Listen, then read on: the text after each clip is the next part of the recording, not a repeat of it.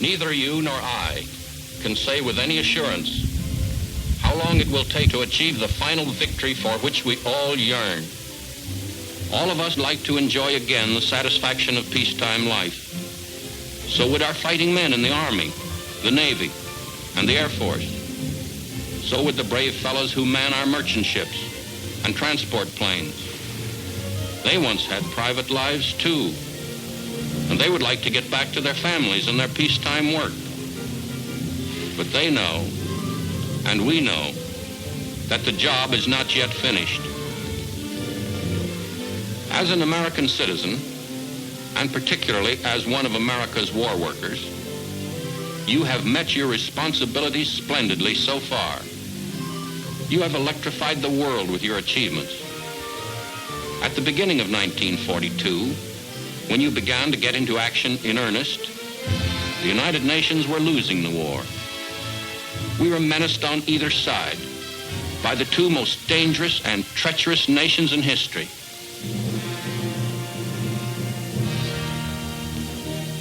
The turning point came one morning long before daybreak, not far from the Egyptian border. Until the Battle of El Alamein, we had had practically nothing but bad news. Rommel was poised to strike at Egypt and the Near East. Had he succeeded, Suez would have been lost, and the Nazi armies might well have overrun all the Near and Middle East.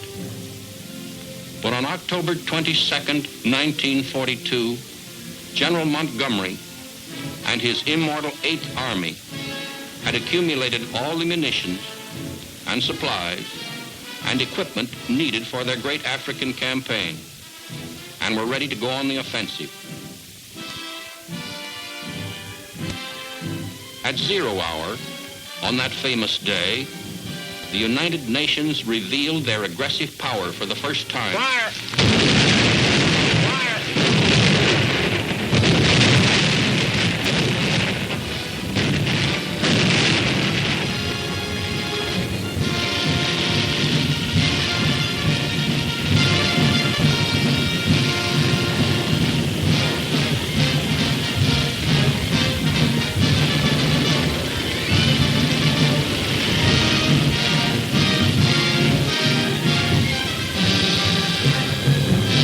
We learned something that month, and so did the enemy, that future generations will marvel at our good fortune in escaping.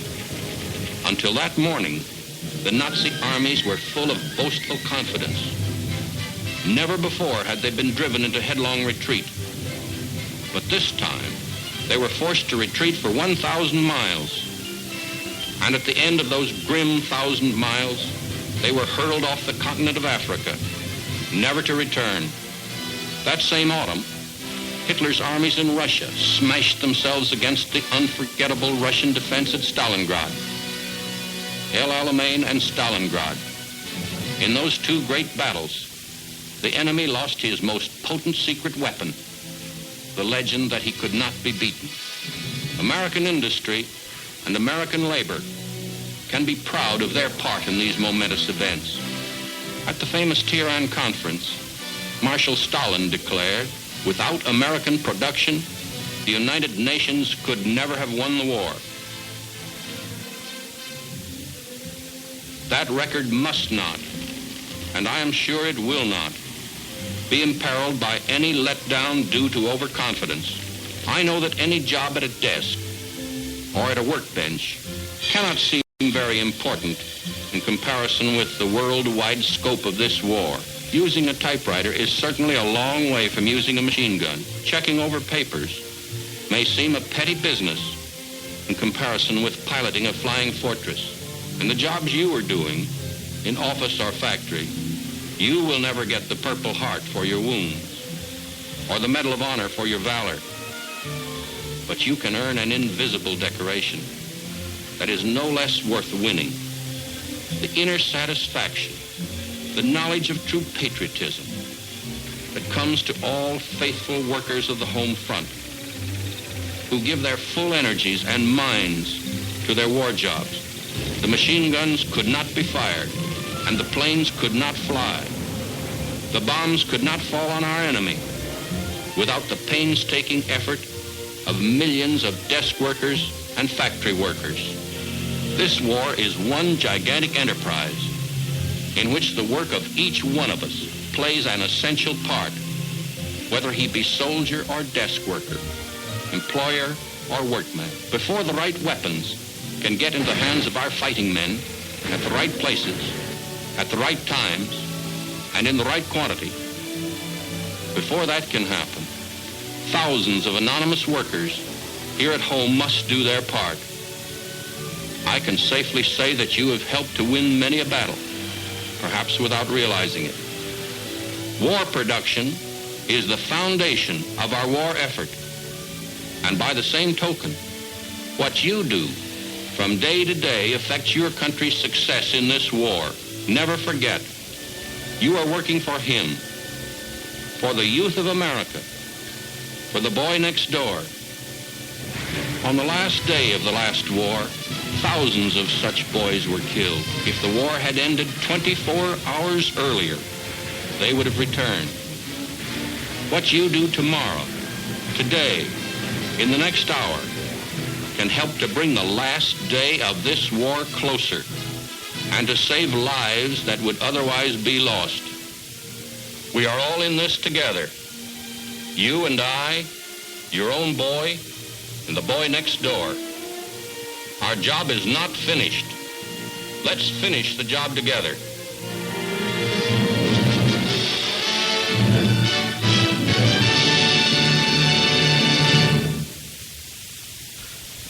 Okay.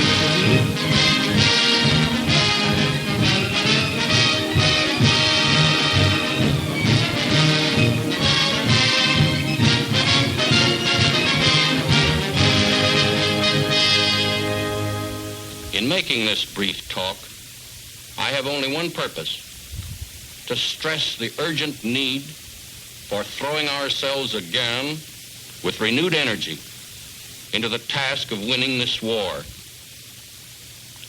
I want to make this point first with the employees of the War Production Board, whose loyal and hard work has meant so much to the country since the war began. Second, I am speaking to the men and women of American industry, whose amazing record of production has staggered the imagination of the world.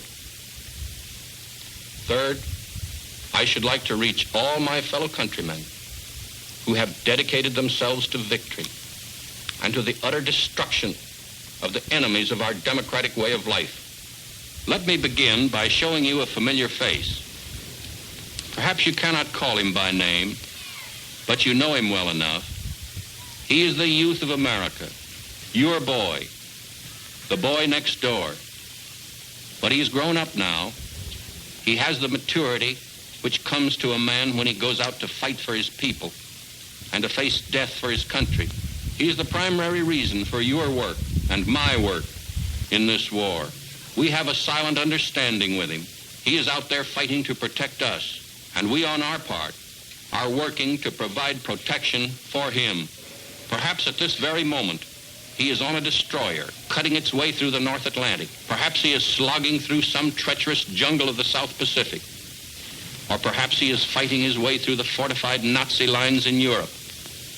Wherever he is keeping faith with his country and with the great fighting tradition of American manhood. For us and all who will come after us, that fighting man is doing the hard and dangerous job that has to be done to preserve freedom against the enemies of mankind.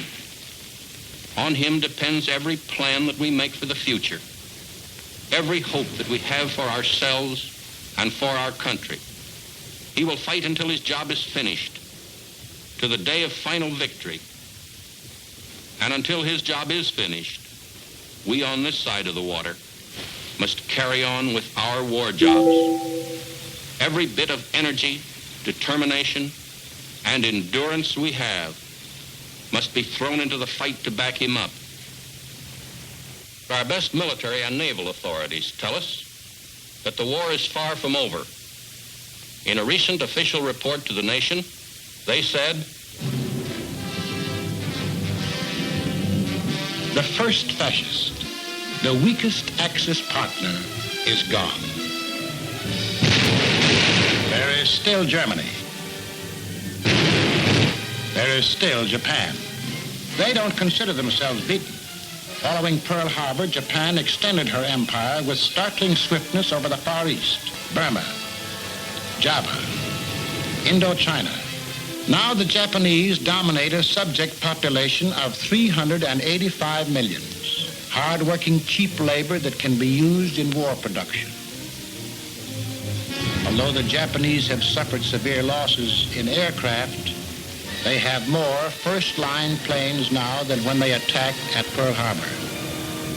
She has spun around herself a web of powerful bases and major strongholds. Every base is supported by the others. This is what is meant by interlocking bases and interior lines of supply.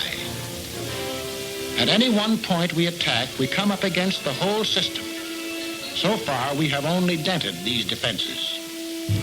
This system is defended to the death. The task of destroying these fanatical warriors was not easy. It has just begun. The destruction of Germany is further along.